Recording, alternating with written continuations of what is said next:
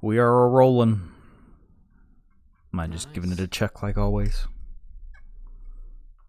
Maybe one of these days they'll fix Twitch integration with Firefox. Maybe one day, but not today. They're probably not too keen to do it since it's taking away tracking that they can do and all that crap. That's where the big money's at. Exactly. So what have you been doing today, Coop? After Civ, that is. Oh, walked a little bit, took a nice long nap. Oh, that's nice. So then I woke up, and of course because I started napping at a little after 5. It was already dark, so my body's confused. It's like, why are we still? What's going on? It's not morning yet. So you are a fan of those late naps. I do like a later in the day nap. I don't know why. I remember back in college, you'd throw yourself into bed at like 10 p.m. and then get up at 11 to do homework. Late afternoon nap. Very late afternoon. That's going to bed and then waking up in the middle of the night to do homework, my guy. They called me old non-circadian. Yeah. A little harder to do with a day job. Yeah. And an aging body. Yeah, you're getting up there. Would kill me. 62 isn't young anymore. Oh, but I make it look good. Sure. I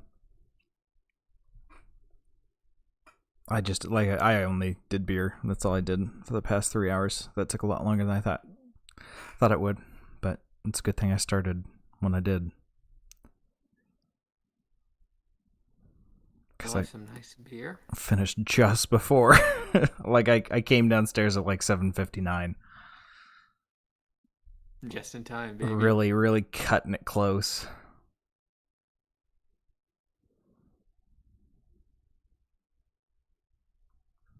Pretty relaxing day overall. Yeah. The only downside is I gotta go to bed super early and get up super early for work.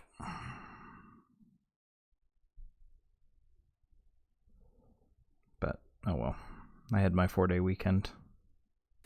Back to the stocks. I wish I had my 4-day weekend. Well, you still have all your vacation time, I imagine.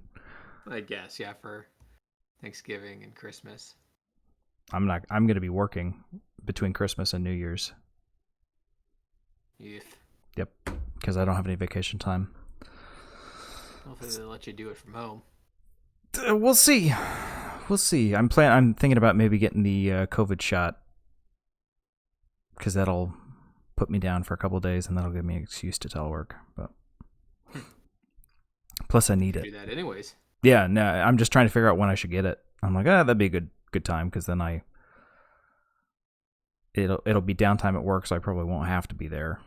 I can get away with teleworking, and that way I'm all roided up for the holidays. Are you getting yours with steroids? No, just isn't that what we've been getting? It's been steroids, right? This whole time. Yeah, exactly. Yeah, I take a scoop of a COVID vaccine in my smoothie every morning so I bulk up. Anyway, let's get into it. What are you thinking? Let's do it. All right. Well, hello everyone, and welcome back to the Audio Shop Podcast. 2 in a row. Who would have thought? It's rare. Yeah, these days especially. It's probably not going to happen again for a while with the holidays coming up. Anyway. This week we listened to Please Please Me by the Beatles. Am I saying that right, Cooper? Sure, it's Battles. Battles, right. Okay, I see. Because they're always raring for a fight. Uh-huh. Yeah, Please Please Me by of course, we joke, it's the Beatles. The band everyone knows and loves. Do we even have to give a background on the Beatles? Yeah, we can do it like a minute. It's the Beatles. They are the best-selling music act of all time. 600 million units Most successful act on the U.S. Billboard charts, as well as the U.K. charts.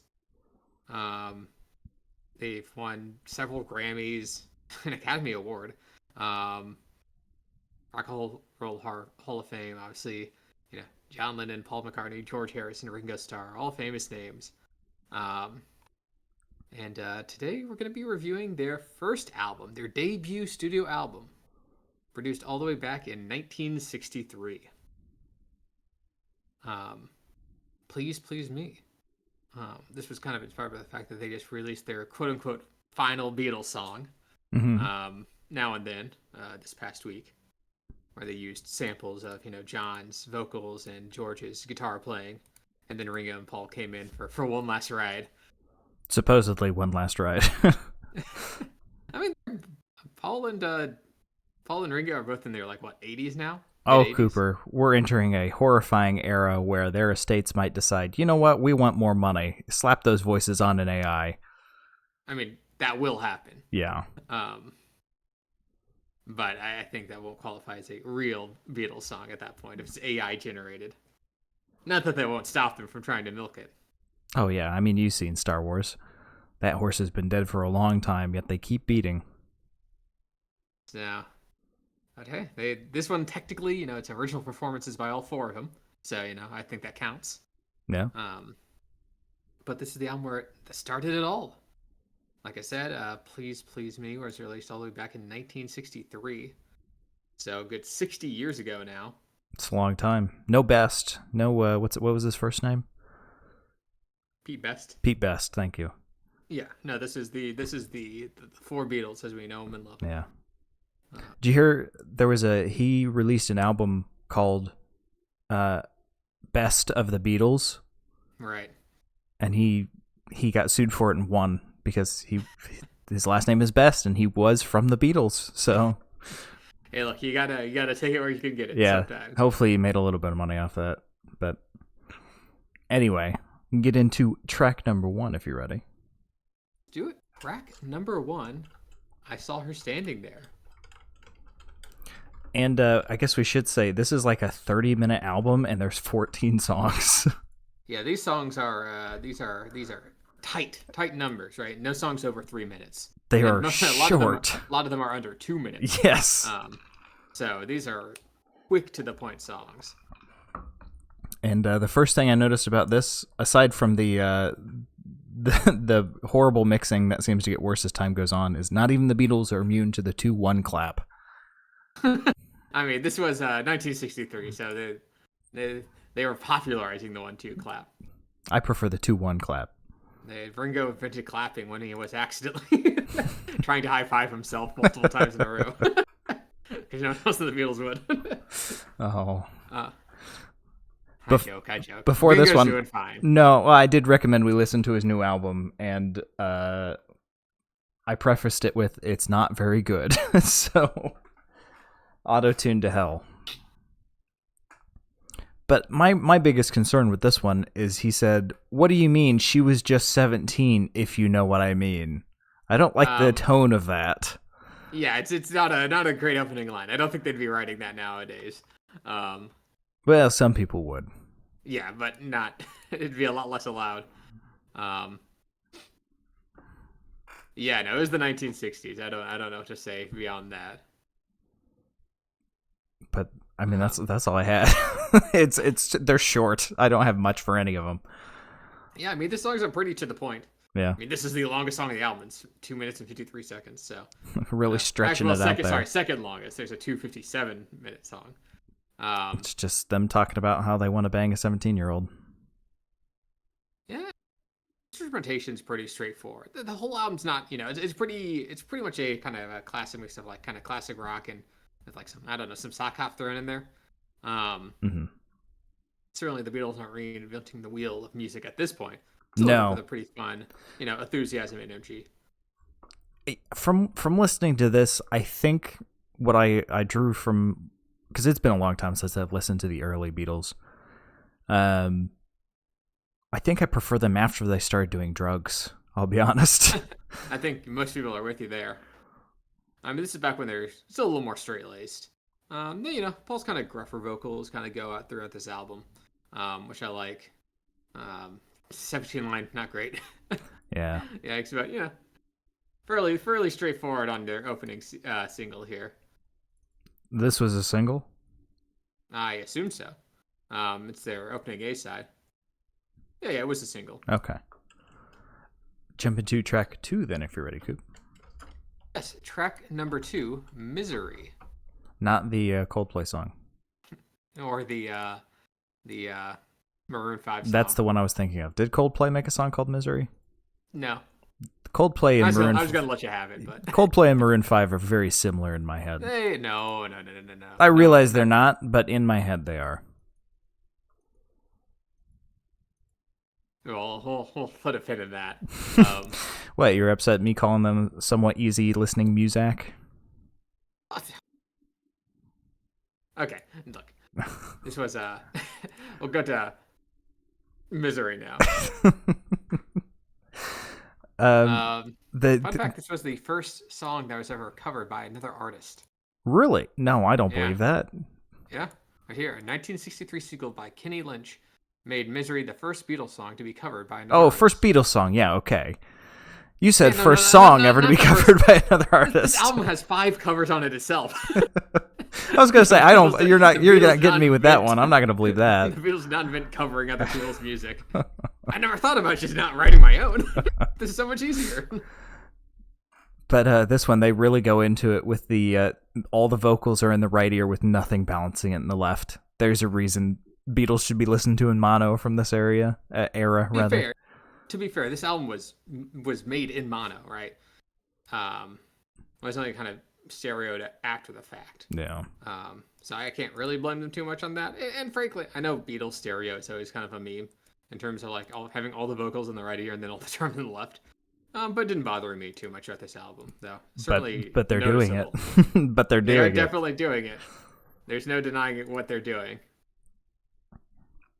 I do love that little piano sting that pops in every once in a while. It was also in the right ear with all the singing, which was not a good idea. Should have been on the left, to balance things out a little bit, but, they wanted that side to just be heavy. And to be fair, I mean, this was, I think this album came out before stereo even became, popular, so, I mean, you can't blame it too much on them. You're telling me that the Beatles had no say in how their album was remastered? No, I'm 100% sure that at least Paul had some, say in this. I don't know what Ringo is doing. His best. So we'll go on then to track number 3 here, if you're ready. Yep. Anna, Go to Him. This one is a cover. The Beatles are covering the Arthur Alexander original. And this was kind of I always find covers in the 60s, interesting because covers nowadays you're thinking of covers of like Beatles songs or Rolling Stones, songs from there's several decades in between the cover and the actual release. This song was released in September of 62, so 5 months before this album came out. Yeah, I know they were pretty dickish about that in the past. What was it? There was one famous example that was made real famous by a white artist that was originally released by a black artist. I say one, I'm sure it's happened a lot, but there's one from this era where they were vicious, man. The song came out, it got slightly popular, somebody else more popular said, I'm going to release that as my own. And it rockets to number 1. Yeah, it's not even a year between releases, which I always found interesting. But yeah, so it's definitely a little more. I don't know, almost has not an R&B vibe, but I don't know, a little more melodic.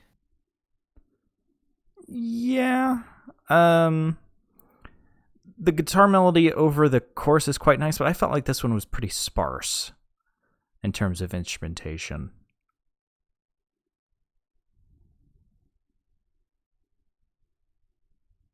No, it is pretty sparse in the instrumentation. I agree there. The lyrics are interesting, though. You can tell it's a cover because they're not being horny. They're saying, all right, I'll break off the engagement, go to the one you love. That's true. A lot of early Beatles songs are incredibly horny. I mean, the album's called "Please Please Me." Yeah. They weren't really hiding it. I mean, all the horny songs in this, obviously, I saw her standing there. "Love Me Do," "Twist and Shout's" pretty horny. Yeah. "Boys," but yeah, so you can tell it's a cover from the lyrics. But I think they do a good delivery on this one. Yeah. It's decent enough. Jump into track 4 then, if you're ready, Coop. Yes, track number 4, "Chains." It's also a cover, written by Carole King, and lead vocals by George Harrison. Oh, the more you know. The first George Harrison led song. But the the harmonica is so piercing when it comes in. Made my head ring a little bit. Yeah, definitely some of the mixing going to be better. I mean, we're listening to the 2009 remaster. Which I think everybody knew how mixing worked once 2009 hit, so I'm not sure what the excuse is here. They probably have more recent I'm sure there's a bunch of different remixes of this album out. Almost certainly. Um, We get a little bit of electric guitar coming in there. The drums are rhythm and blues. Drums are identical to every other song so far, but beggars can't be choosers. I mean, Ringo gets the job done. He learned one way to do it for this album, and he did it. Hey, it's worked for him so far. Somewhat. And this one's just all chorus. There's no bridge. I mean, this is a pretty straightforward song. I mean, I guess from a songwriting standpoint, it's a cover, but it's a fun enough kind of blues and rhythm song. Yeah. If you're ready, Sam, then we'll jump on to track number 5, "Boys." This one was missing the beach at the start of the song title. Yeah, where is the Beach Boys here? This is also a cover, in case you were wondering. I didn't know. And also a Ringo Starr-led vocal song. Maybe that's why they moved the drums to the right with the vocals, leaving guitar the only thing on the left. Or sorry, they moved the vocals to the right with the vocals. God damn it! They moved the vocals to the left with the drums. Wait, I wrote right here twice. Vocals are on one side, guitars are on the other. I was going to say, I'm pretty sure it was the right side. But, okay, good. That guitar is not enough. It's also a pretty interesting cover, just from a 60s standpoint. This was originally performed by an all-female group, and it is a song about talking about boys. Of course, in this case now it's Ringo Starr singing about it. But you usually, I mean, look at Santa Buddy, right? Santa Even in the 2000s, Buddy. people were struggling doing that. But I kind of respect them just kind of going all in on it. Yeah. Better than chickening out. So.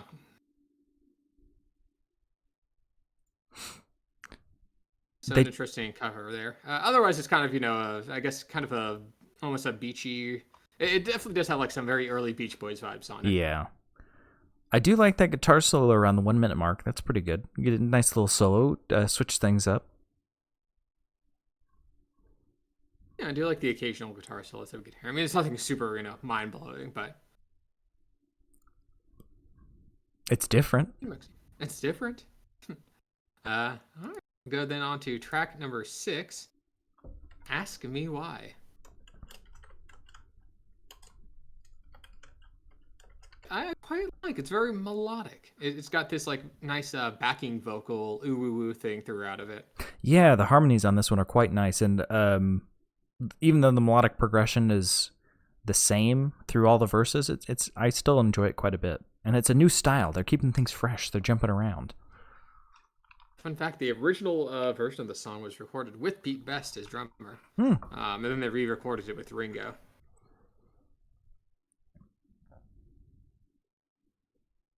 If there's one Beatle everyone hates more than Ringo, it's Pete. Or at least there's the one Beatle the Beatles hate more than Ringo. Hey, Ringo is, maybe not the most artistically talented of all the Beatles, but hey, you gotta give it to him. He was along for the ride. Man was just happy to be there. And I mean, to be fair, the other Beatles requested that Pete get kicked out of the band, so. Yeah. That's true. And they chose to keep Ringo in. They just... Right. I guess every friend group has... Well, friend group's stretching it. Professional group. Every group has the one person that everybody, they're the punching bag a little bit. And that just happened to be Ringo. After the Beatles broke up and they all hate each other's guts, all of them wanted to work with Ringo. They all did songs with him afterwards. Yeah. So... you can say what you want about Ringo, but they all liked him afterwards. Can't really say that much about the other Beatles among themselves. True, yeah. Ringo's a good person, as far as I know. Peace and love, man. not the best artist. No, especially not with that new EP. But he's fun to be around, supposedly. Covering my ass in case something comes out in a couple of years. Ringo turns out to be space alien trying to conquer the world and being very bad at it. Classic Ringo. Jump into track 7 then, if you're ready, Coop. Track number 7. The titular track. Please me, yes, the titular track. And the closer on side 1 of the album. Yeah. It's actually somewhat properly mixed once the harmonica comes in. It's still a tad right ear heavy, but for the brief shining moment, it's nice. I mean, it's definitely you can tell it's the lead single, or one of the lead singles, where it's like I said, none of the songs here are super complex instrumentally, but it's got some fun harmonica in it. Drumming and guitars caught in a pop off a little bit. Fine, youthful energy. See, I thought it was kind of underwhelming. I was like, ooh, titular track. And I'm like, oh, okay. It's not really anything. I mean, it's got a catchy hook. Not the catchiest, though. And obviously, I mean, all the songs, there's not really any production tricks, right? Those are just straight performances of drums, bass, guitar, and vocals. So I think they make do with what they got. That's all I had for that one. I wasn't too impressed. It wasn't bad, but it wasn't like, ooh, yeah, this deserves to be the title track. Well, how about track number 8 then, Sam? The first song on side 2 of the album, Love Me Do. Oh my God, Cooper, it was properly mixed. It's mono. There's not half of it in one ear, or sorry, most of it in one ear and one in the other. I mean, this is probably their biggest song from the album. Well, maybe besides the last song. Yeah, one of the biggest songs. Certainly one of their most enduring. Mm-hmm. Yes. And this one actually peaked at number 1 of the Billboard charts. Both the US and UK. Well, actually, no, not in the UK. Never mind. Oh, why'd you lie to me? In the US. We get some more harmonica. Who is playing the harmonica? Do you know? That is John. Okay. That explains why there's a harmonica solo around the 130 mark then.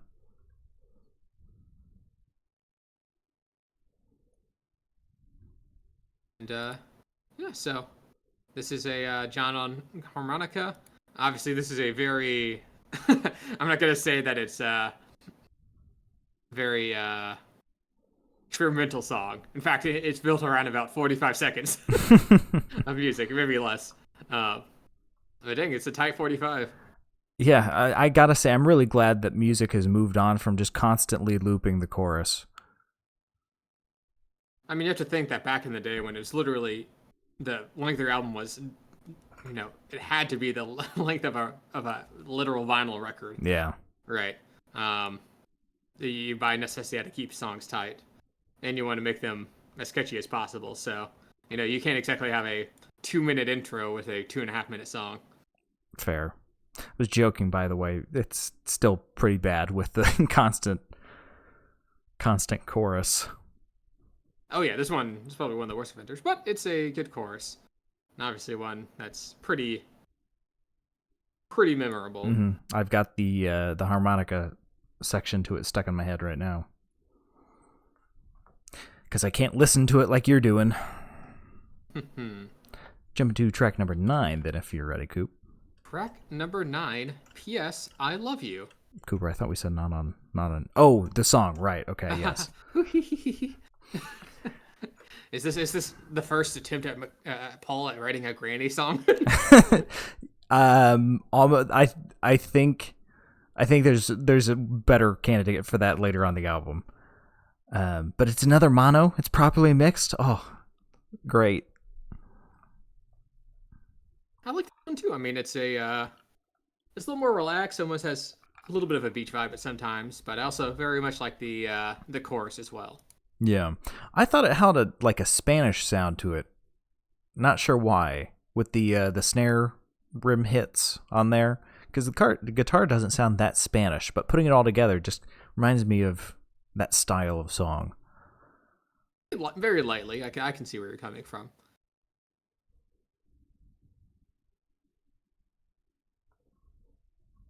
And fun fact, this is Ringo doesn't do the drums on this song. Really? Yeah, Andy White did the drums on this. I mean, Ringo did the maracas. I'm not even joking. That's they gave him the maracas. I guess he was like a session drummer that people occasionally brought in. Okay. So yeah, he did this one and Love Me Do in terms of drumming. Poor Ringo. So I guess they weren't 100% sold on Ringo, so they brought in a session drummer to do a couple of for the really important ones. Yes, but that allows him to be one of the so-called fifth Beatles, right? Yeah. There's many fifth Beatles out there. There's many fifth Beatles. But I mean, to be fair on this song, he's literally the fifth guy on the instrumentation sheet. So Ringo from maracas. I'm just imagining him in the corner. Told you not to look at me. Come on, guys, let me play one of the instruments. Okay, Ringo, here, play this one. It's just a ball in a cup. Thank you, guys. Make sure to play it really loud, Ringo, so we can hear you in the back. Oh, gosh. Moving on to track number 10. What was that mean to Ringo? That poor multi-millionaire. Yeah. I like to shit on him, but he's one of the better Beatles. So, we'll go on to track number 10 then. Baby, It's You. Another cover by the Sherrills, who wrote the song Boys. So I guess the Beatles were just a big fan. Yeah, I didn't have much for this one because it's kind of almost a doo-wop kind of song, but it doesn't really do much to grab your attention because it's bookended by two much better songs. Yeah, I mean, I think throughout the album, the covers are the weaker aspect of the album. Yeah. For the most part. Which, I mean, I think is fair, obviously. It's still funny to think that, I mean, this is a pretty short album, right? This is 30 minutes. Mm-hmm. Good half of the songs are covers. So, but I guess such was the times back then. It's got a nice little doo-wop, cha-la-la. It's got like a cute little like xylophone solo thing with a guitar in the middle there. I thought that was kind of cute. It's a good enough song, but it's not as good as track number 11.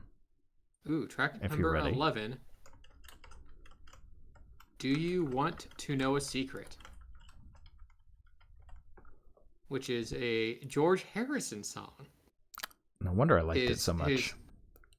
His contractually obligated one song per album that's somehow the best one. Mm-hmm. Yeah, no, this one's great.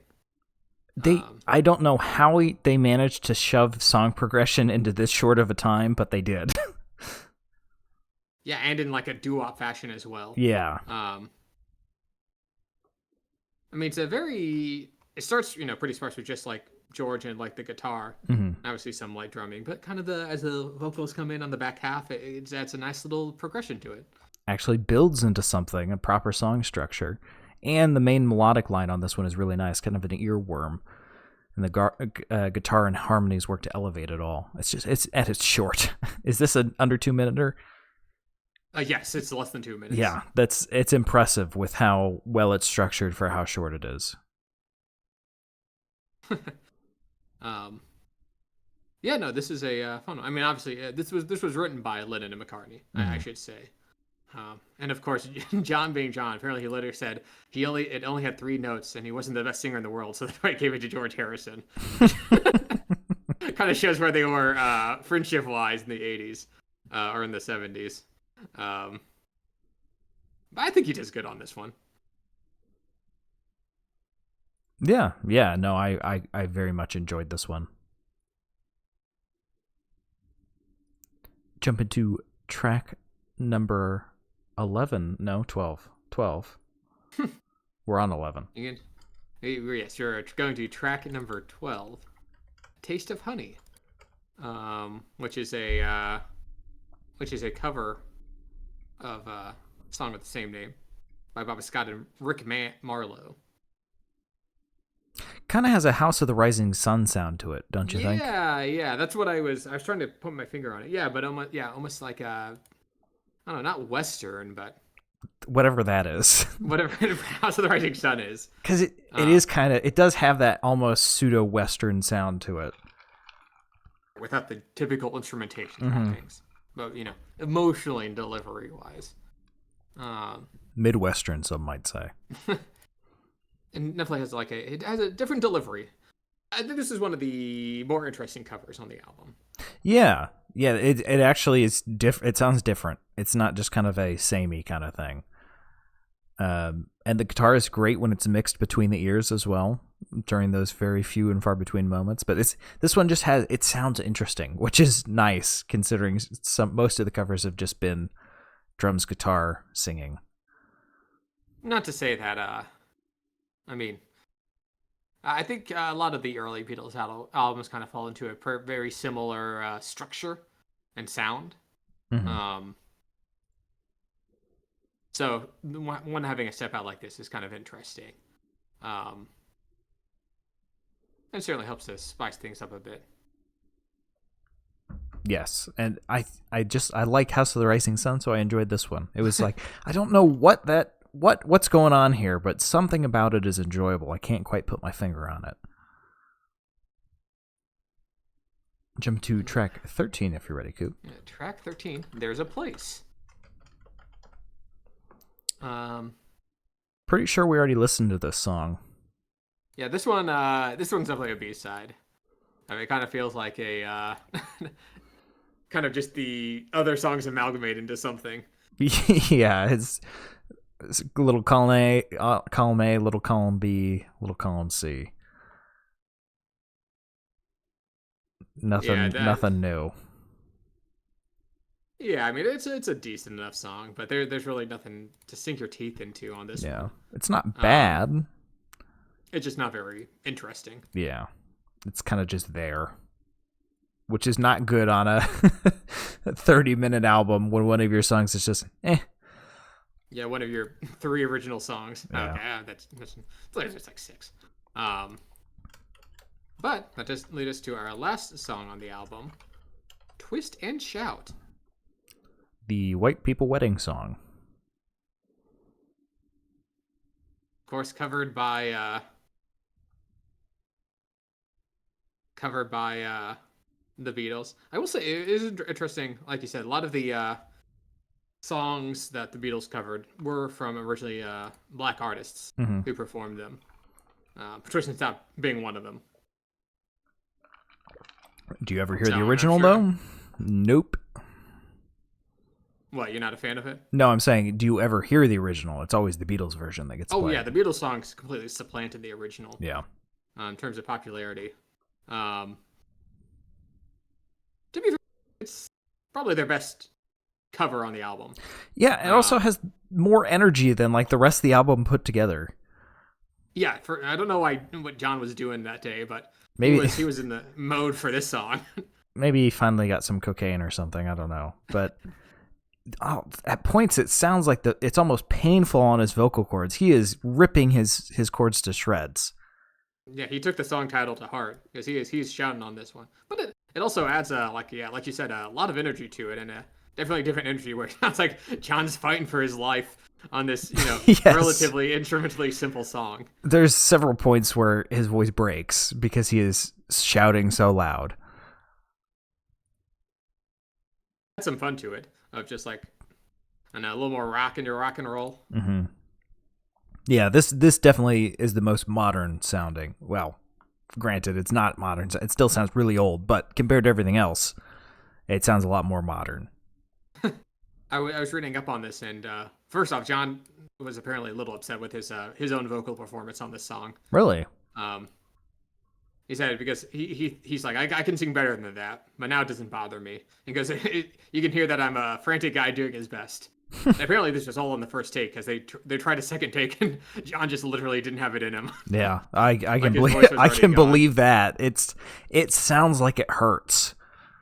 Yeah, this is a lose your voice performance. Yeah. I remembered this song being faster, but I find that common about quite a lot of songs I listen to. Yeah, the speed, I mean, definitely back in the day was a little more slowed down. It's also a nice, satisfying ending. Build up with drum hit. Yeah. Not sure about ending to an album, end on the most energetic song, but I guess it's better than ending on one of the kind of just songs. And I think it's as strong ender as you'll get on this album. Yeah. And that's it. That's the Beatles. That's all we got. That's all she wrote. So, Cooper, what would you say your least favorite song was? I didn't care for Misery. In terms of, if I had to choose one least favorite cover, it'd be Misery. Mm-hmm. And then my least favorite original was definitely There's a Place.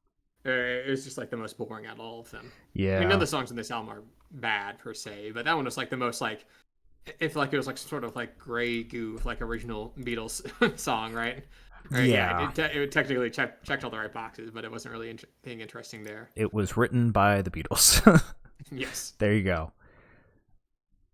I think I gotta go with Chains. I dislike Chains more than Misery.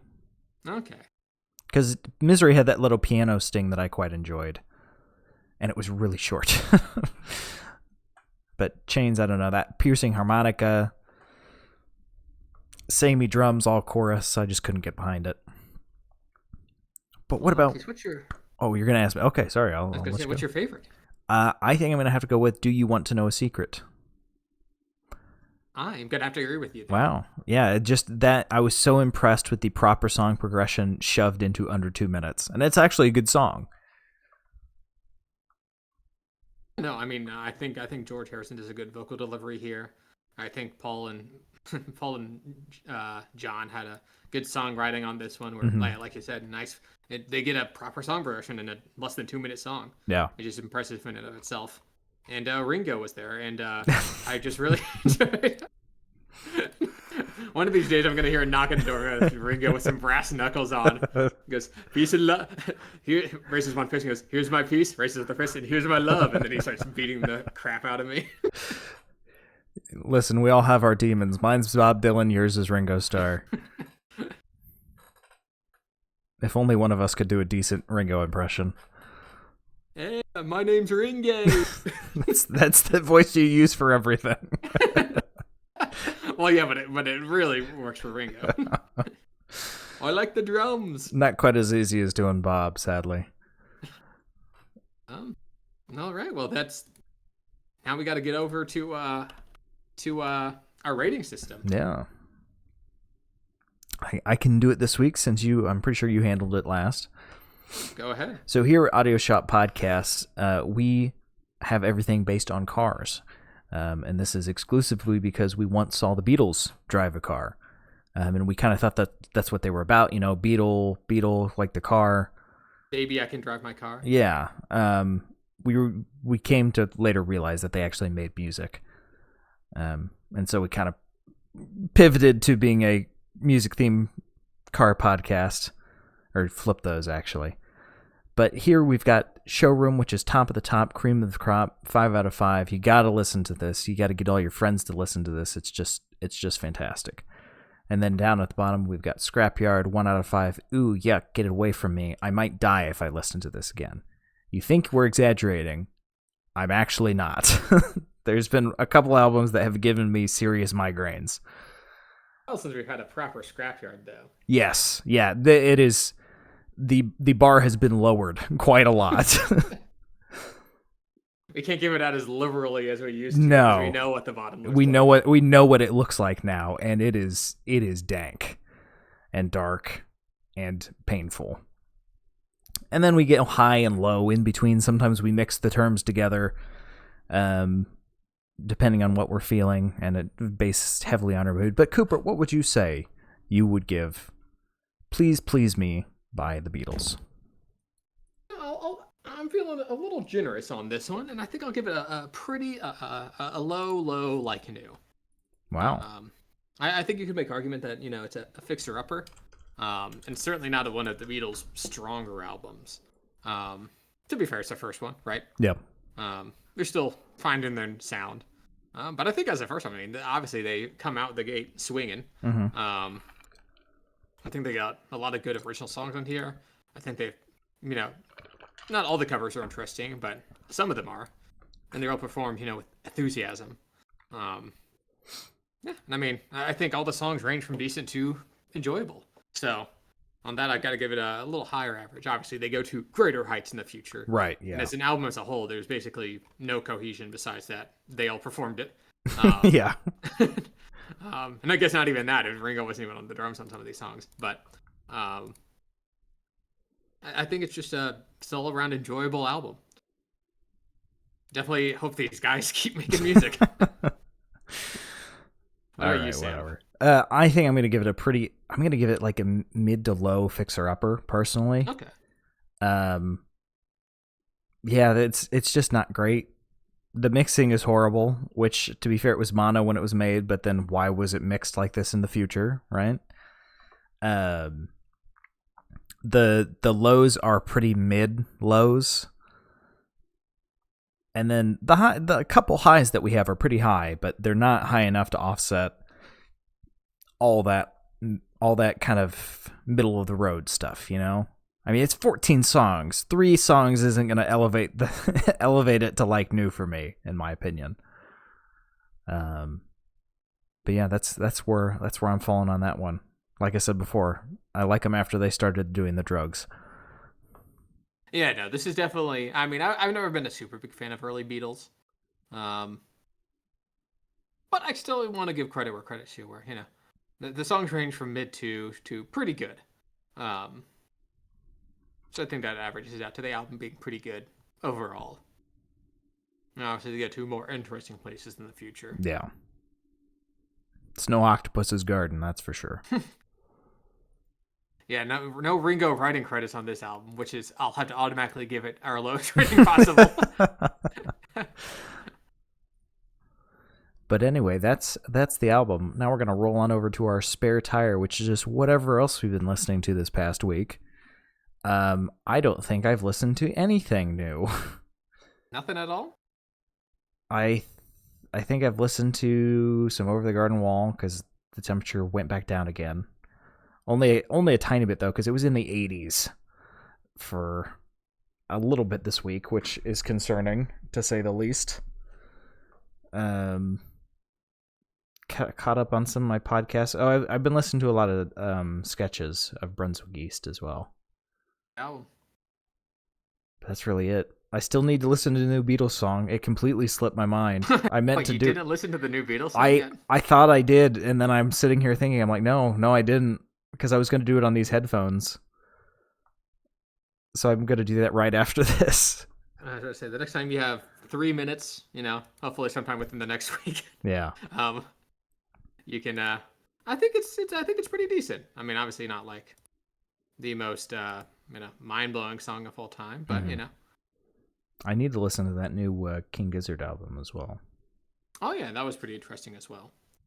That one's 2 hours, so that one. Yeah. If you haven't listened through yet. Inch through that one. What about you, Cooper? Have you actually listened to music? I used to do a couple new albums, not as many as I usually do, but Mac DeMarco released a new album that was like mostly instrumentals. That was pleasant to listen to. I always like some Mac DeMarco.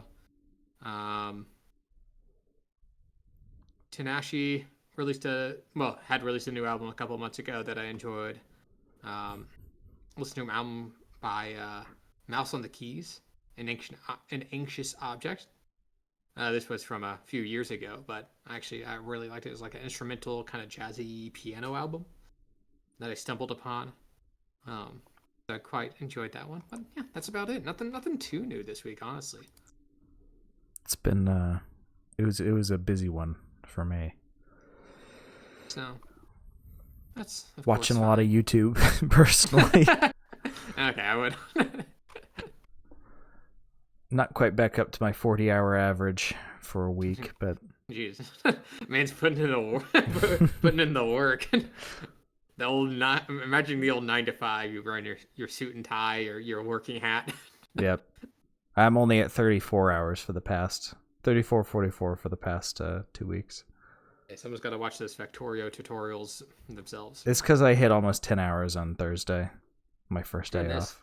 Well, I woke up and started watching YouTube while I have it on in the background. I've got a lot of things that I don't have to watch. I just listen to. So I'll have it on while I'm doing dishes or that kind of stuff, That's fair. I'm not just sitting watching it. You're like in one of those deprivation chambers, floating, just watching YouTube. Mm-hmm. Your legs have atrophied. I'm just a brain with some eyes. My one regret was I didn't consume more content. Grandpa. Well, it's like I always say, you got to make sure to use the computer as much as you can when you're alive, because once you're dead, you probably won't be able to. And I mean, they haven't proven one way or the other yet. Yeah. Anyway, that's enough existentialism. They had the computer in heaven, but it's only for websites before 2002. Oh no, I would rather not have it at that point. Sorry, that's all we could get. God, you're still on dial-up? Why don't you have? You don't have fiber yet? For fuck's sake! What even is on the internet in 2002? I don't know. Why didn't you ask Jeeves it? No, no, I don't want to. We left that behind us for good reason. I don't want to say please and thank you when I type in my search. All right, that's it from us.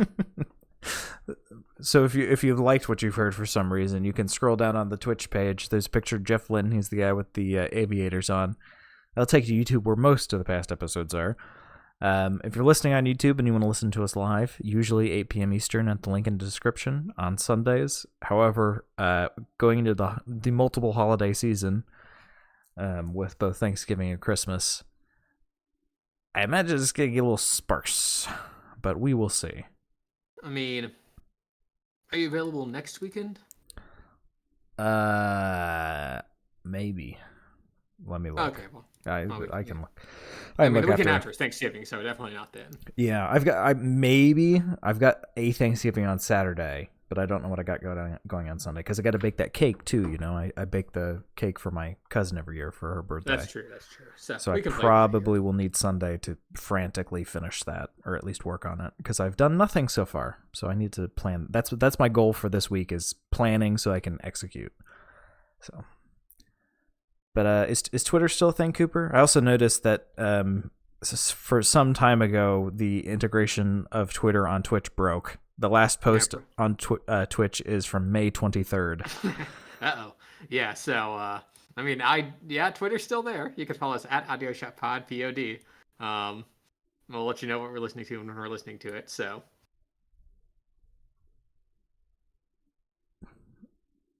Maybe they'll fix it. They're not going to fix it. Twitter's going to shut down. Anyway, that's all we got for you today. I hope you enjoyed it, and we will see you next time. See you later, Shoppies. See ya.